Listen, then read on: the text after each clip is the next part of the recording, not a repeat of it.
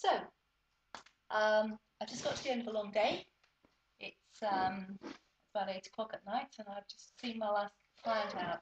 And, sitting on a Swiss ball here, you can probably hear it. I'm sort of moving around from side to side.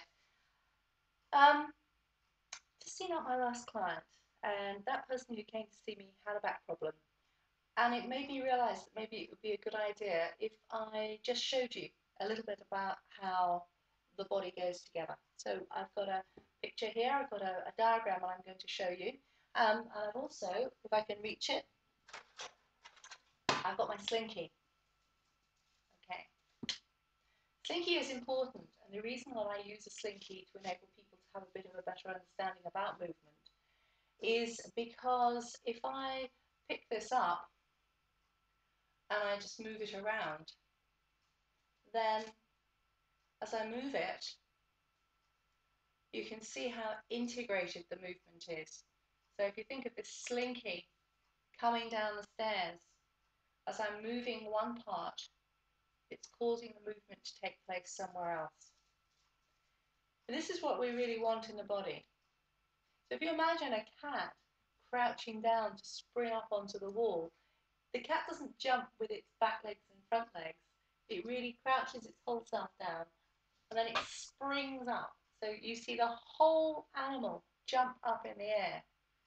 Now, often what I see people who come into me when they have problems with their back, and it's especially down at the bottom part of the back, the base of the back, what we call the lumbar spine, and also up here in the cervical spine, what happens is this big chunk in the middle, this area that we call the thoracic spine, they don't move. And the chap who's just left, the last client who's just been in to see me, he was one of those people who came in with pins and needles, tingling numbness down the arm, horrible sensations into the fingertips, lack of feeling actually in the little finger. And I'm happy to say that he's now fine. He's been having treatment for a few weeks and he's absolutely fine. But not only is he fine, but he also understands an enormous amount more about what he needs to do in order to enable himself not to have a recurrence.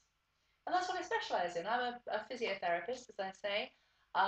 Here in the UK, we're registered under something called the Health Professions Council.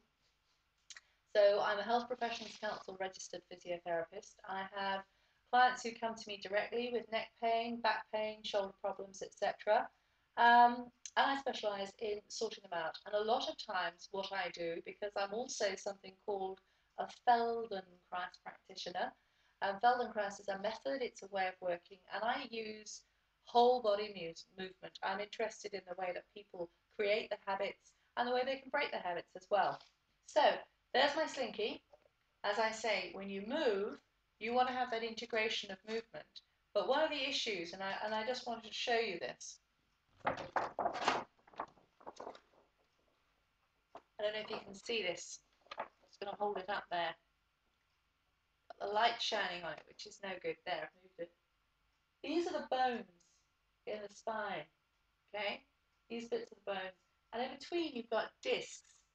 So these are what we call the discs. And the discs are actually, well, they're not like pieces of cardboard. They've got a very soft gelatinous middle to them, and around the outside more fibrous tissue. So the central portion is a sort of gelatinous squeegee material, and the outside protects it. But unfortunately, when you have the bones sitting one on top of the other like this, as you put pressure down, if you imagine if I press down on a balloon, as I press on the balloon, it's going to cause a distortion. It's going to cause bulging either side. So if I press down on the balloon this way, it maintains its size, if you like. It maintains the same amount of air inside it. But what happens is that I press down, it distorts it, and this is what happens to the disc. So when we pressure our discs, depending on how we pressure them, we cause distortions. So if you imagine a nice healthy disc, you've got a nice healthy disc sitting there, and it's just sitting nice and happy, and you put pressure on it this way, it just bulges a little bit either side, and then you take the pressure off, and you do that periodically, and that's not a problem. However, what happens in the human is that, unlike that cat that crouches down and jumps up, If you watch people run, or if you watch them jump, if you watch the athletes on TV, sometimes you'll notice this. Some of them are far more integrated. Their movement is far more pliable as they're moving around. You can see that everything is moving. And others are more like this, they're more stuck and solid. Now, if you use that slinky analogy, you remember this?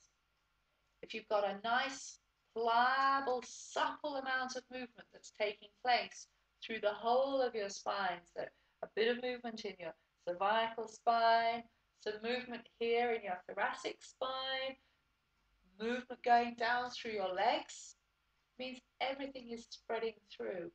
So there's a little bit of energy passing through everywhere.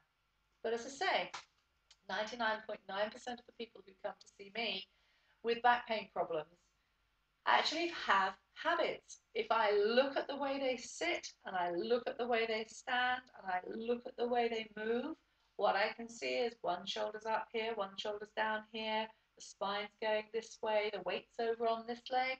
When they go to turn, they don't lengthen, they don't move in certain areas, and unsurprisingly, they get symptoms. So one of the things that I do is I spend my time enabling people to have a bit of a better understanding about what their habits are. And I teach them awareness through movement lessons, which are slightly based on the Feldenkrais work, because I've done the full Feldenkrais training, and I've done lots of postgraduate training with the Feldenkrais afterwards. I've written quite a bit about it too. I was published in a book by Butterworth Heinemann, Complementary Therapies for Physical Therapists, and it's got a chapter in there about Feldenkrais that I actually wrote. And I've brought out about 15 to 17 MP3s that people can download. They have to pay for those. But part of the reason I'm here is also to tell you that I have some free downloads. If you go onto my website or Google Podbean, Feldenkrais Podbean, you'll find my free downloads, and they're about 20-minute long awareness through movement lessons. I'm going to be coming back again soon, and I'm going to be telling you a little bit more about movement. I would really love to get the message out there that the younger you start doing this sort of integration work, the less chance you have of actually having wear and tear problems in the future. And so yeah, I'll be back soon. I'm just off home now. I've just finished. It's just after 8 o'clock at night. I'm just off home now, and hopefully I'll be able to get this up on the internet very soon. And hopefully you'll be coming along and listening to some of my podbeans. Take care.